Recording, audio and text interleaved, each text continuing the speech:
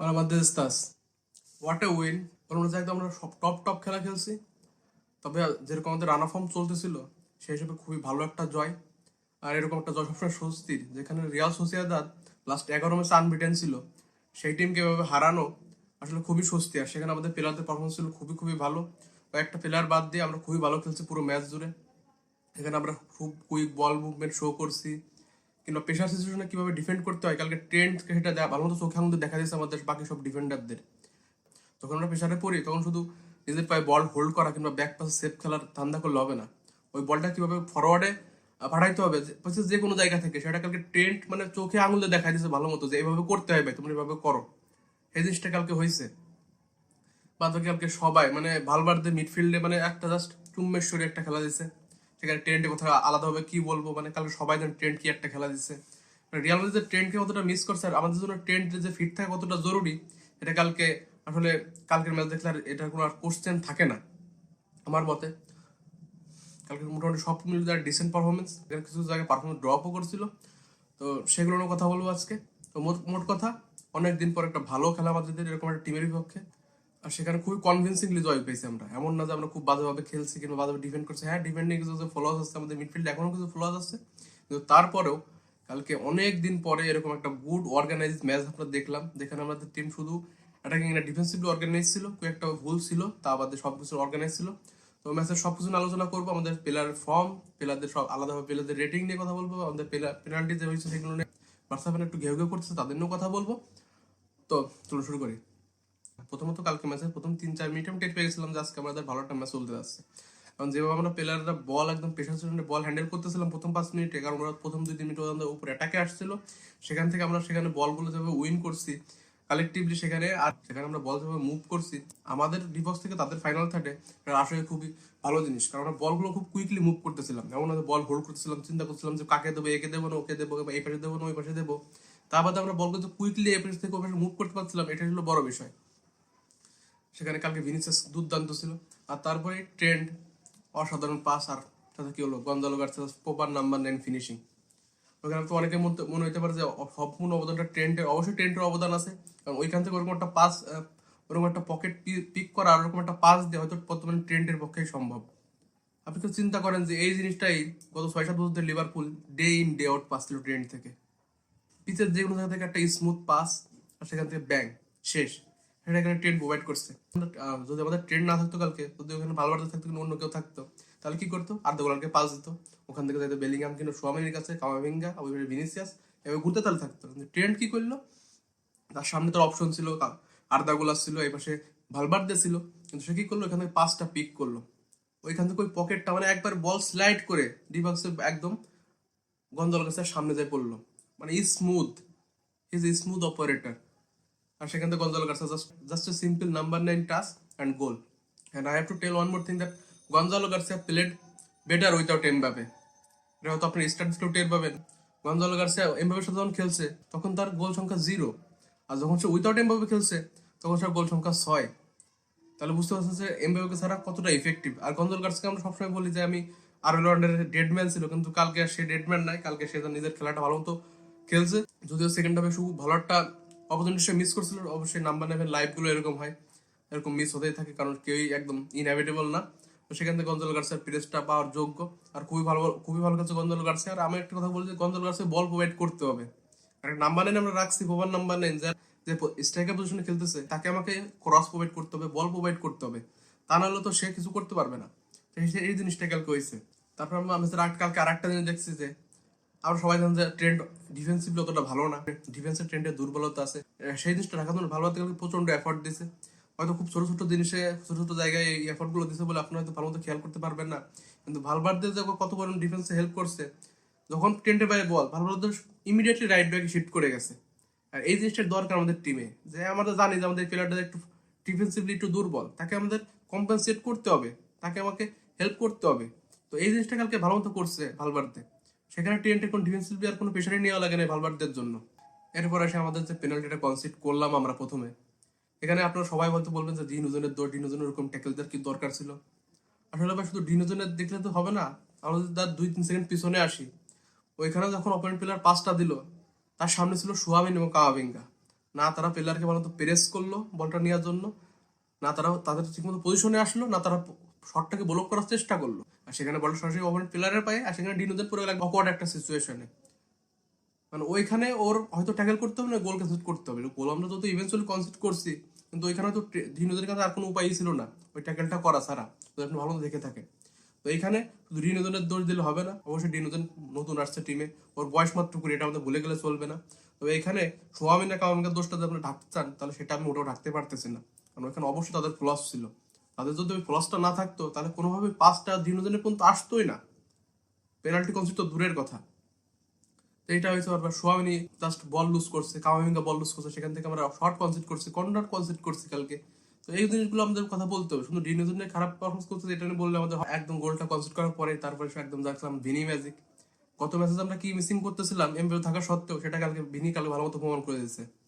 গত ম্যাচে এমবাপে ছিল একা একা, লেফট উইংয়ে তার কোনো সাপোর্ট ছিল না। আর ভিনি থাকাটা তো কত জরুরি লেফট উইংয়ে, সেটা আমরা যতই ভিনি বলুক যে, সেটা আমরা যতই বলি যে ভিনি খারাপ খেলতেছে, ভিনির performance up to the mark হচ্ছে না, কিন্তু তারপরে ভিনি থাকাটা তো কত জরুরি সেটা কালকে দেখা দিয়েছে। আর আমাদের এই সিজনে যদি আমরা ভালো মতো টিমকে জিতাইতে চাই কিছু, তাহলে অবশ্যই ভিনির পারফর্ম করাটা অবশ্যই অবশ্যই জরুরি। এটা ভিনি করে দেখাইছে, লেফট উইংয়ে ছিল অসাধারণ। আবার সেই কিছু কিছু টার্গেট সে ভিনিকে ফেরত পাচ্ছে আমরা ধীরে ধীরে, অসাধারণ কিছু ড্রিবল ডি বক্সের ভিতর, সেখান থেকে অসাধারণ একটা পেনাল্টি উইন করে নিল প্রথমে। আর সেখান থেকে সে নিজের পেনাল্টি নিল, সেই পেনাল্টি বাড়িও করলো। সেখানে তার লাস্টে 3টা পেনাল্টির ভিতর 2টা তার মিস ছিল, সেখানে আর সেখানে ওই পেনাল্টিটা খুব স্মুথভাবে নিল আর স্কোরও করলো। তবে কালকে ভিনিকে নিয়ে আমার আর একটা ইয়ে আছে, কিছু কিছু জায়গায় খুব মানে নিজে নিজে খেলার চেষ্টা করতেছে। এখানে গঞ্জল গার্সে আমাদের দাঁড়ায় আসছে পজিশনে, এখানে ভিনিস করলে 5টা দিতে হতো, কিন্তু কি করে ও যখন বল ওর সামনে একটা প্লেয়ার আসে, ও কি করে ডিফেন্সিভ দেবে স্পিন করে এখানে এখানে নিয়ে ও একবারে অপোনেন্টের সব ডিফেন্সিভ প্লেয়ার এক জায়গায় চলে আসে, তারা ভিনি পিছনে একটা পাস দিয়ে দেয়। কিন্তু ওখানে গঞ্জল গাছে ফাঁকায় দাঁড়ায় আছে তখন থেকে, ভিনি সেটা পিক করে না, কিন্তু ভিনি সেটা পাস দেয় না। সেই জিনিসটা ভিনির দৃষ্টিকটু লাগছে খুবই। এরপরে সে আমাদের কত আমাদের অন্যান্য ম্যাচে যেরকম ভুল হয় যে অপোনেন্ট আমরা প্রেস করতেছে, আমাদের প্লেয়াররা নিজের পায়ে বল হোল্ড করতেছে, কিংবা বুঝতে পারতেছে না আমরা কাকে পাস দিব, সেই জিনিসটা ট্রেন্ড কালকে ভালো মতো বোঝাই দিচ্ছে যে এইসব পরিস্থিতিতে কি করতে হবে। মানে ওকে ওকে প্রেস করতেছেন আপনি, একটা লফটেড পাস দিল ভিনির কাছে, ব্যাস ওইখানে অপোনেন্টের প্রেস একদম ধুলায় মিশে গেল। আবার আপনাকে প্রেস করতেছে, ওই আবার এই পাশে একটা পাস দিয়ে পিক করলো আর্দা গুলারকে কিংবা গঞ্জাল গার্সিয়াকে, ব্যাস অপোনেন্টের প্রেস করবে কি, তাদের ডিফেন্স সামলাইতে হচ্ছে। তো এই জিনিসটা ট্রেন্ডের কাছে শেখা যেত আমাদের, যে এরকম প্রেশার সিচুয়েশনে কি করতে হবে, সেটা কালকে ট্রেন্ড খুব ভালো মতো দেখা দিচ্ছে। আর মানে টনি ক্রুজ যাওয়ার পরে কালকে এত সুন্দর পাসিং আমি কালকে প্রথম দেখলাম ট্রেন্ডের কাছ থেকে, অসাধারণ। এই জিনিসটা আমরা মিস করতেছিলাম হয়তো বারবার। তারপরে আসি আমাদের ভালভার্দের গোলে। আসলে ভালভার্দের মিডফিল্ডে খেলাটা আসলে ব্রেথ অফ ফ্রেশ এয়ার, এই যে এরকম একটা বিষয়। কারণ কি, যখন আপনি ভালভার্দ থেকে মিডফিল্ড বাদ দিয়ে লাইট ব্যাকে খেলাবেন, ফরওয়ার্ডে রান মেক করতে হচ্ছে একবার, আবার ডিফেন্সে সামলাতে হচ্ছে। তো এই জিনিসটা কি হয়, একটা প্লেয়ারের ন্যাচারাল যে রিদমটা থাকে সেটা নষ্ট হয়ে যায়, সে তার ন্যাচারাল যে গেমটা খেলতে পারে না। তো সেটাই কালকে ভালভার্দ কালকে দেখা যাচ্ছে যে সে তার ন্যাচারাল পজিশনে কি করতে পারে, যেরকম ভাবে ডিফেন্সিভ মিডফিল্ডে হেল্প করতেছিল, সেভাবে মিডফিল্ডে সামলাচ্ছিল, সেভাবে অ্যাটাকেও যাচ্ছিল। ইভেন সে যখন গোলটা স্কোর করলো, সেটা অসাধারণ একটা গোল ছিল। ওইখান থেকে কামাভিঙ্গার পাস, কামাভিঙ্গা থেকে আলোর কাছে খুবই ব্রিলিয়ান্ট প্রেজেন্স অফ মাইন্ডটা দেখাইলো, ছোট একটা ফিলিক করে দিল ভালভার্দ দেখে, আর সেখান থেকে ভালভার্দ অসাধারণ একটা শট। আসলে ভালভার্দে কোনো নর্মাল গোল স্কোর করতে পারে না, সেটা কালকে আবারও প্রমাণিত হইলো। Another banger from Valverde, and what a goal it was, fantastic fantastic. মানে ওই পজিশন ভালভার্দ থেকে এরকম শটে আপনি এক্সপেক্ট করেন। আমি এই জন্য সবসময় বলি যে ভালভার্দ থেকে শুট নিতে হবে, কারণ ও শুট নিলে যে কোনো গোলকিপার ভয় পেতে বাধ্য, যে কোনো টিম ভয় পেতে বাধ্য, কারণ ওর শুট যে কোনো কিছু হইতে পারে। এই জিনিসটা কালকে হয়েছে। এরপর আসি কামাভিঙ্গাকে নিয়ে। প্রথম 15-20 মিনিট কামাভিঙ্গা খুব খারাপ খেললো, কিন্তু তারপরে কামাভিঙ্গা যেটা শুরু করছিল, জাস্ট অপোনেন্টের জন্য ত্রাস। অর্থাৎ প্রথম 20 মিনিটে অনেকগুলো ভুল ছিল, ডিফেন্সিভ মিস্টেক ছিল, কোনো অ্যাটাকিং যে ফরওয়ার্ডে যা সেই রিলায়েবিলিটি যেটা ছিল না। কিন্তু তারপরে কামাভিঙ্গা যা করছে, যেরকম অ্যাটাকে সেরকম ডিফেন্সে সেরকম ট্যাকেলিং, সেই কামাভিঙ্গা দুর্দর্শ সব ট্যাকেল আমরা দেখতে পাচ্ছি কালকে। আর এরকম কামাভিঙ্গা আমরা দেখতে চাই। সমস্যা কামাভিঙ্গার ক্ষেত্রে, ও ম্যাচের এক ভাবে ভালো খেলবে, এক ভাবে খারাপ খেলবে, এক ম্যাচ ভালো খেলবে, এক ম্যাচ খারাপ খেলবে, এরকমটা হয়ে আসতেছে। Camavinga need to B consistent and we need to manage him very very well. এরপরে আমাদের সেকেন্ড হাফটা শুরু হয়, আর প্রথমে আমরা 3-1 গোলে আগায় যায় সেখানে। আর সেকেন্ড হাফটা শুরু হয় যখন, তখন শুরুতেই ফিনিশ অসাধারণ আর একটা পেনাল্টি উইন। সেখানে অনেকেই অনেক কন্ট্রোভার্সি বলছে, বার্সেলোনা ফ্যান না কান্নাকাটি করতেছে, না এটা পেনাল্টি না, ভিনি ডাইভ করছে অমুক তমুক। আরে আবালের দল, ওইখানে ভিনি ক্লিয়ার এখানে চান্স পাচ্ছে, সেখানে প্লেয়ারটা অপোনেন্টের ডিফেন্ড অলরেডি পায়ে এরকম ছাড়াই রেখে দিয়েছে। সেখানে একটা প্লেয়ার ডাইভ করবে না, কিংবা প্লেয়ার টাচ লাগছে সে পড়ে যাবে না, তো কি করবে, সে লাফাই বাইরে চলে যাবে? অপোনেন্টের হাতে বলটা দিয়ে। আপনি যখন একটা ট্যাকেল বা ফাউল যখন স্লো মোশনে দেখবেন মনে হবে যে এটা ফাউল না। তো এই জিনিসটা সাধারণ একটা বার্সেলোনা ফ্যানদের মাথায় ঢুকবে না, কারণ ওদের মাথায় ব্রেন নাই। ব্রেন থাকলে কখনো কেউ এই কথা বলতে পারে না।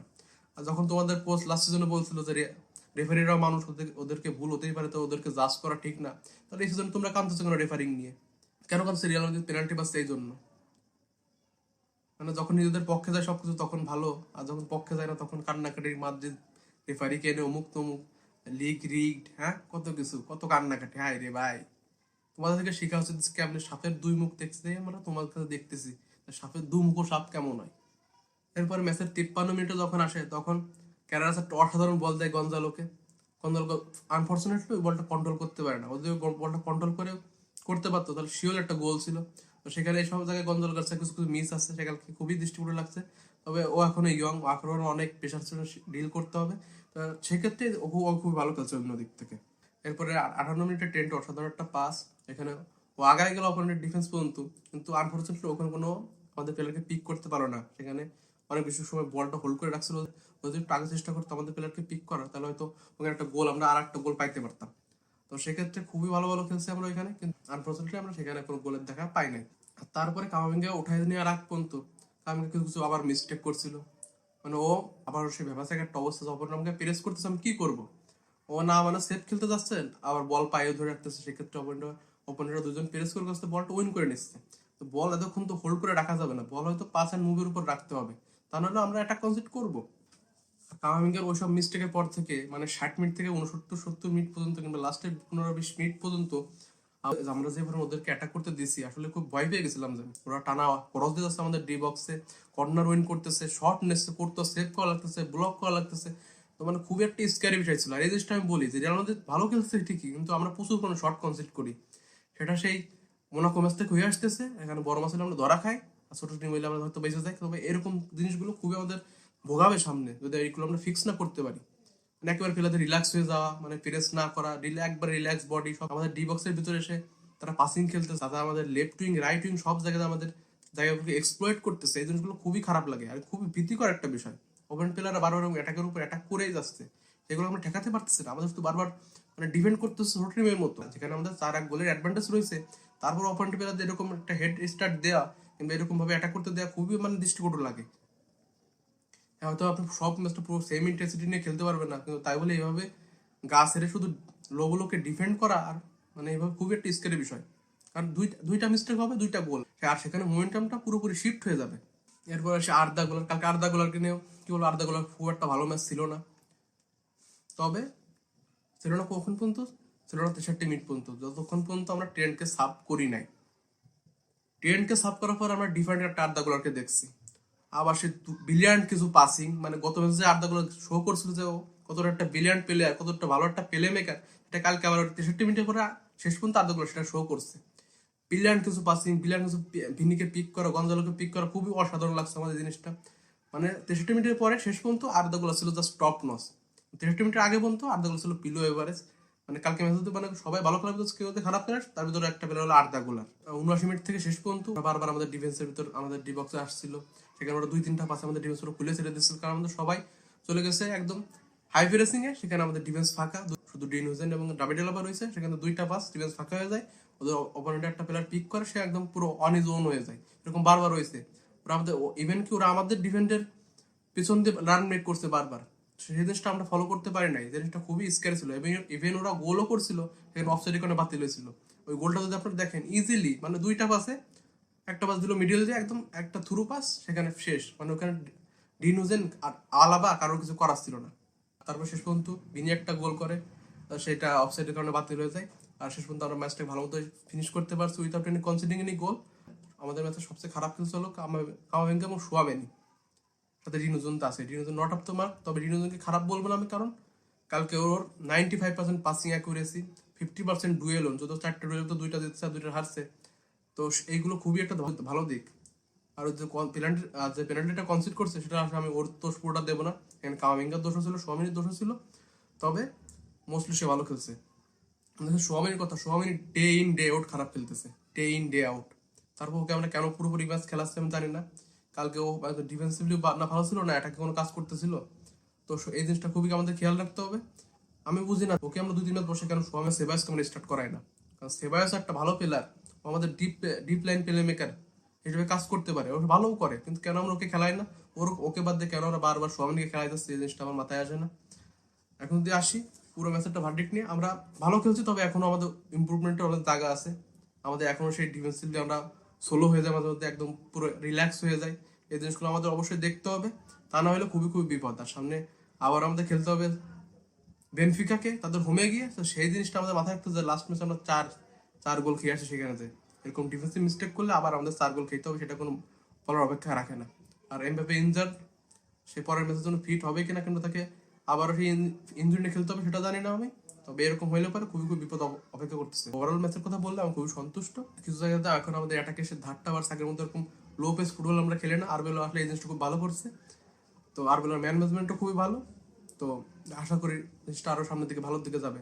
আর লা লিগাতে আমরা আরবেলো আন্ডারে 5 ম্যাচের 5টাতে জয় করছি, 12 গোল স্কোর, 2টা গোল কনসিডার, তিনটা ক্লিন শিট, সবকিছু ভালোর দিকে ইঙ্গিত করতেছে। তবে এখন আমাদের প্লেয়ারদের কিছু ইন্ডিভিজুয়াল পারফরমেন্স বলেন, ডিফেন্সিভ পারফরমেন্স বলেন, এগুলো আমাদের খুবই বেশি ইমপ্রুভ করতে হবে। আর বাদ বাকি ম্যাচটা আপনার কি মতামত অবশ্যই জানাবেন কমেন্ট সেকশনে। আর আমাকে ফলো করতে চাইলে অবশ্যই চ্যানেলটিকে সাবস্ক্রাইব করবেন। সাথে থাকবেন তপুস মাদ্রিদ অ্যান্ড বিয়ন্ডের। So it is Topu signing off. আলা মাদ্রিদ ইনা দামাস।